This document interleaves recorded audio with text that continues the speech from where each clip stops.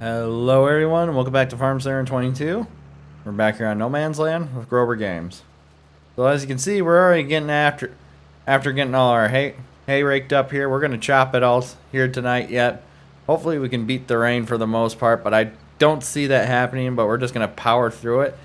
So this will be the last hay crop we take off this field, because right now my ultimate goal, I kind of spoke of it last episode, is I think we're gonna pick up another piece of land midway through the season, and then we can just bale the grass and hay off that land to get us by for a little bit longer for our hay needs for the cattle. I don't think we will be chopping anything, but I'm still up in the air about that. I think this will be the only grass haylage chopping we'll do.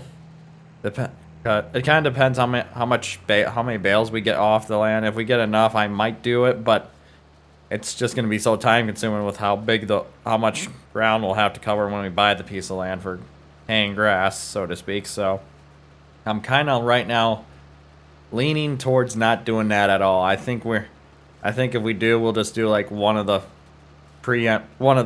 fields, so to speak, that I plan to etch out as round bales, and then we'll just cover the other two fields. Like I said, I'm kind of leaning towards Patch 28 just because it's a lot of nice flat open ground, and that'll get us quite a bit of ground for a while. And then after that, I'm thinking that we might start picking up a few other odd pieces here and there in other areas to kind of help setting up more businesses and such like that, just so we have more places to go with our product and such, and maybe get some more people out here working like Tim and Al at Timber Time Furniture. So right now I'm trying to think. I think for most of this episode, we'll probably be focusing getting our silage done for now. I'm planning to take the 4020 back over to planning to put the 4020 on the blower like I usually do, and I think that once we take the blower back to the BGA, I think we're actually going to start putting it over there, so that way we have a little more storage in our machine shed over here. And it seems like we use it more often over there, so that's kind of why I think we're just going to set it up over there, and it'll be better over there just because it won't be in the way as much as I feel like it is in the machine shed over across from our house right now. And that's another thing I've been thinking about too, is I've been thinking about maybe taking our house down and actually giving us a little bit of upgrade, because we've been living in that house for quite a few years now. We're starting to make some good money here. We might as well start thinking about upgrading our house, but we'll see what we decide then. But like I said, next month we'll be coming here with the planter just to to plant soybeans in this field. I think it's going to be the best idea. It'll give us a little bit more beans for this year to harvest. Last year we didn't really have too much. I think we barely had enough I think we had like 1.5 semi-load, so to speak, of beans, which I kind of was hoping for quite a bit more, just because beans is probably where we make most of our money on our row crop production here. And I kind of want to emphasize more on that.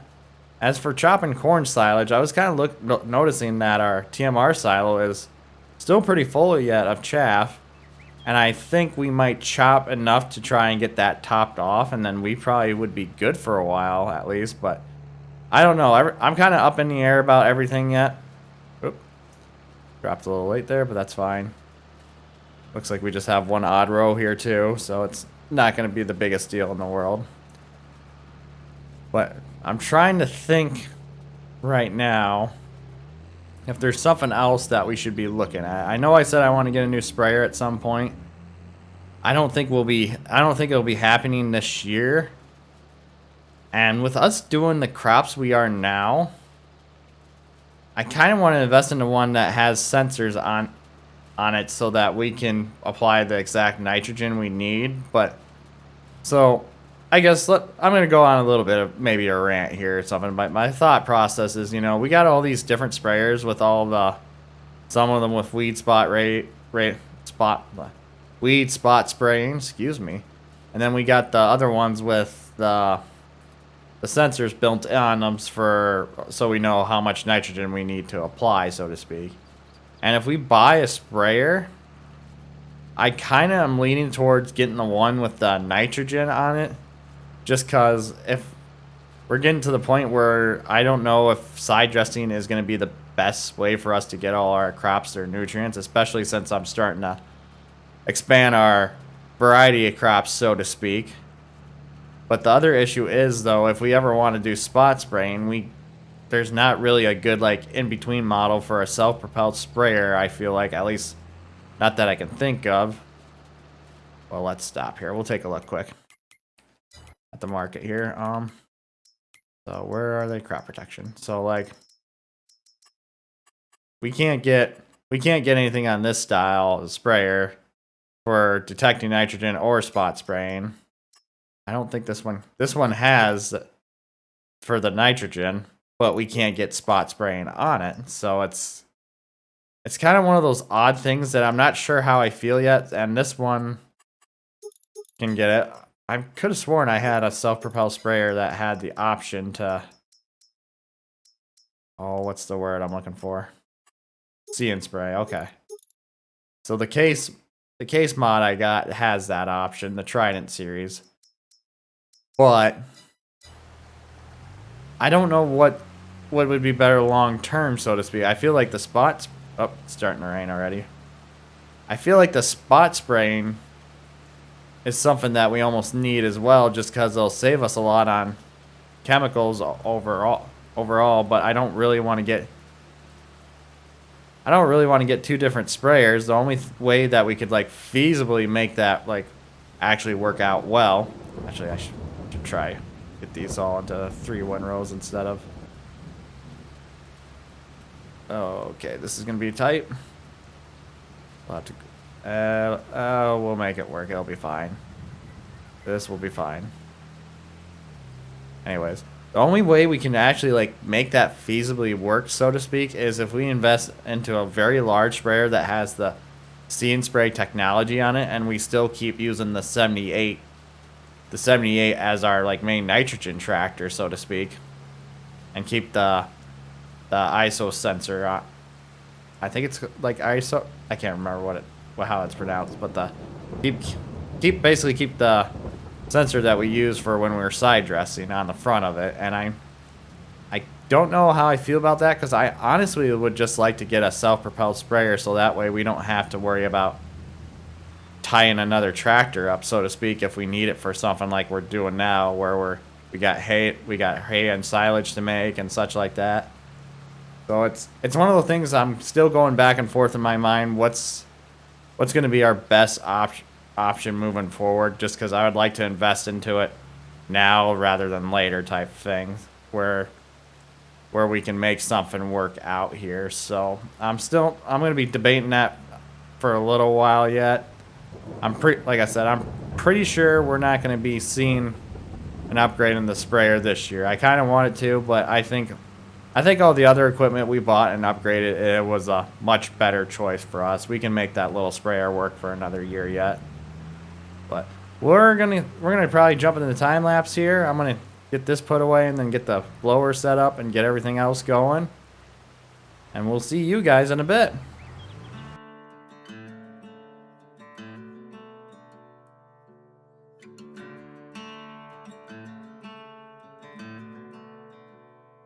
Late night, flickering lights, loud crowds on the street as I walk by.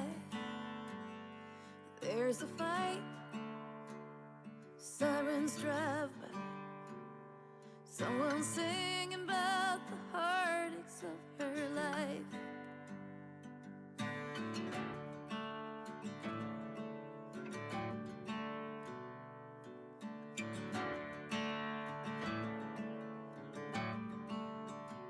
Outside a bar, a woman is waiting for a man to end his shift and take her home. I see a star slowly fading by a table where he's drinking all alone. I cross the river, the sound is changing. Across the river can hear a different song. Slow rains falling as I'm walking home.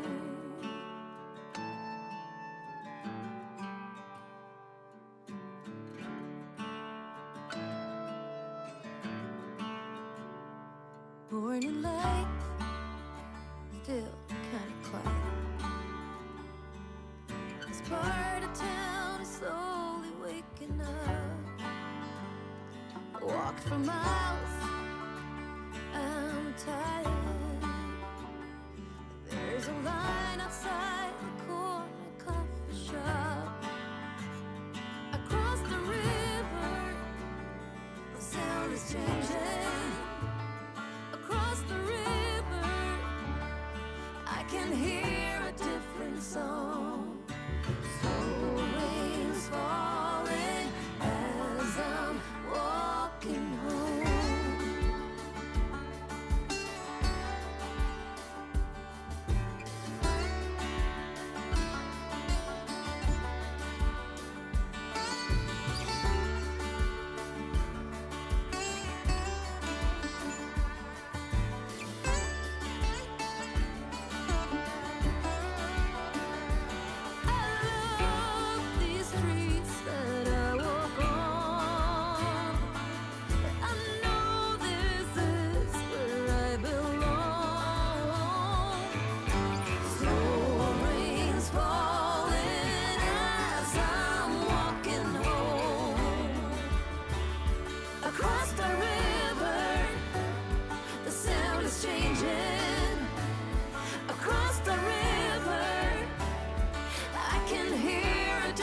Song.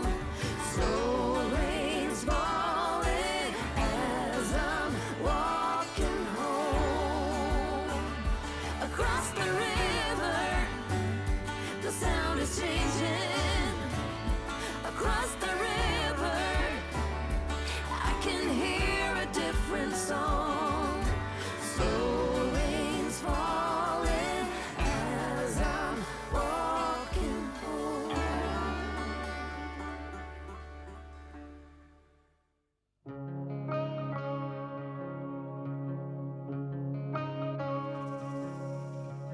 Polaroids all scattered across the dusty floor in the backseat of my Chevy 58, along with bits of candy wrappers. Looking back to when our castle was a shack, vacation was making figure eights in the parking lot. Remember when we used to forgive more than we forgot? It wasn't like we didn't work hard enough. I'm trying to hold on to all the things that we did right. But how could I forget about you leaving? Since my heart has never stopped bleeding, all that I can see is that I lost you then. Looking for a reason to forgive you, and sometimes I even wanna be with you, just to hear you say that it's alright now. I am tearing down this wall.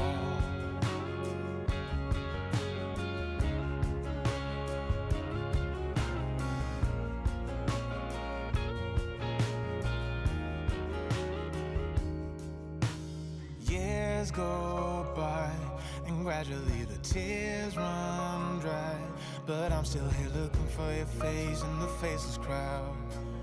Long after our final ship had drowned, it wasn't like we didn't work hard enough. I'm trying to hold on to all the things that we did right. But how could I forget about you leaving? Since my heart has never stopped bleeding, all that I can see is that I lost you then. I'm looking for a reason to forgive you, but sometimes I even wanna be with you, just to hear you say that it's alright now. I am tearing down this wall.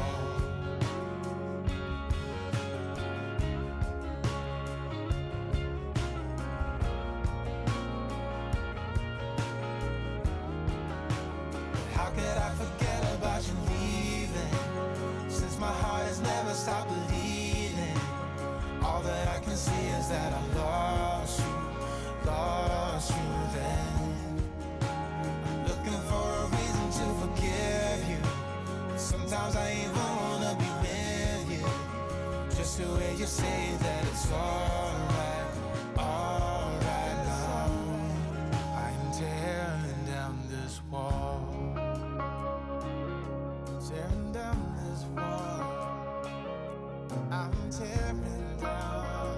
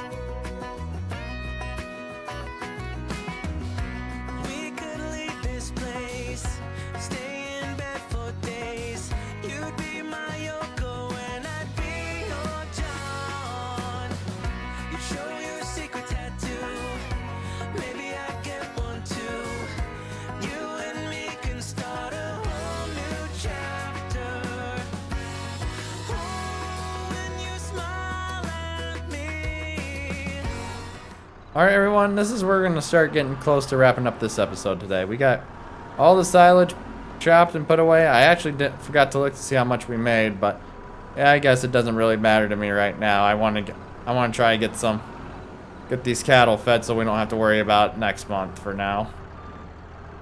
But as of right now, we're sitting pretty good. I'm starting to notice we're starting to go through quite a bit. Like I said a few episodes ago, we're going through quite a bit of hay now anymore. I didn't realize how big our herds were getting, because if you think about it, we got 30 Angus now, and we got 45 normally. But I sold off 6 cattle, because 6 of our older Holsteins, just because we got some coming in, so I kind of want to start cycling some of that stuff out. I wanted to sell another set of 6, but then I realized our barn would be sitting a little lower, and I'd much rather hang on to the 6 older Holsteins and get a little more milk out of them before we start cycling them out here. We're going to mix some TMR in here as well. Oh. I always do that here. Oh, did it again. There we go. Say we should be able to. We'll let that run for a little bit here. And we want the silage hay high moisture corn mixture. Back it going here. I was gonna say, we should be getting close to filling that out. I'm trying to decide if we grab another bale and yeah, let's go grab another bale quick. We'll let this mix overnight and we'll top it. We'll top it off right away in the morning, and then we can keep mixing into the next day as well here. And then we'll take this one last load up there. I know we probably could get away with taking one more load up to the pasture, but I don't think we could take another super full load, so to speak. So I'm not gonna worry about it tonight. If we get this emptied, if we get the TMR wagon emptied out, I think that'll be good enough for them for a day or two. Drop this off here.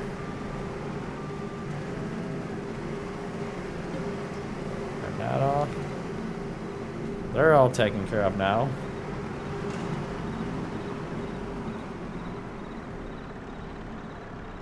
Get the bobcat put away here, and then we'll head up to the pasture and check on the cattle one last time before we call it a night. So my plan temporary right now for next month, it might be another 2-month episode, depending how things go. Because we'll have quite a bit of planting to do yet, which shouldn't take us too long. But we'll have weed control to do, and then we got to get fertilizer, nitrogen for our sorghum. I'm hoping we don't need too much for our sorghum, especially with all the manure we hauled out there onto those 3 fields. And then we're gonna have to start getting a side dresser hookup and start side dressing all the corn we got as well, and we got quite a bit of corn to get through side dressing. Like I said, right now I'm trying to figure out what's going to be the best next purchase for us to help that situation out, because I feel like I said, I would like to get the seed and spot spraying and just start applying nitrogen through spraying instead of side dressing, just because I can't get a helper to hire for it. This will be like the last year I think we're gonna go that way. Go this way with side dressing, and then trade the side dresser and the sprayer. And it's just that like I said, I kind of want to get a self-propelled one, but there's not really any self-propelled sprayers right now that got everything that we're looking for, unfortunately. So we might just have to keep a pull type sprayer and get it with the See and Spray, and you just keep that sensor for when we start doing nitrogen. That might just be the best route for us, unfortunately, for a while, with the way I want to handle my weed control and my crop uptake of nitrogen. But anyways, this is where we're going to wrap up today's episode, everyone. If you guys enjoyed today's episode, please give it a thumbs up. It really helps out the channel. If you're enjoying the content, please subscribe so you can stay up to date to the latest series. Above all else, I hope you all have a wonderful rest of the day. And most of all, thanks for watching.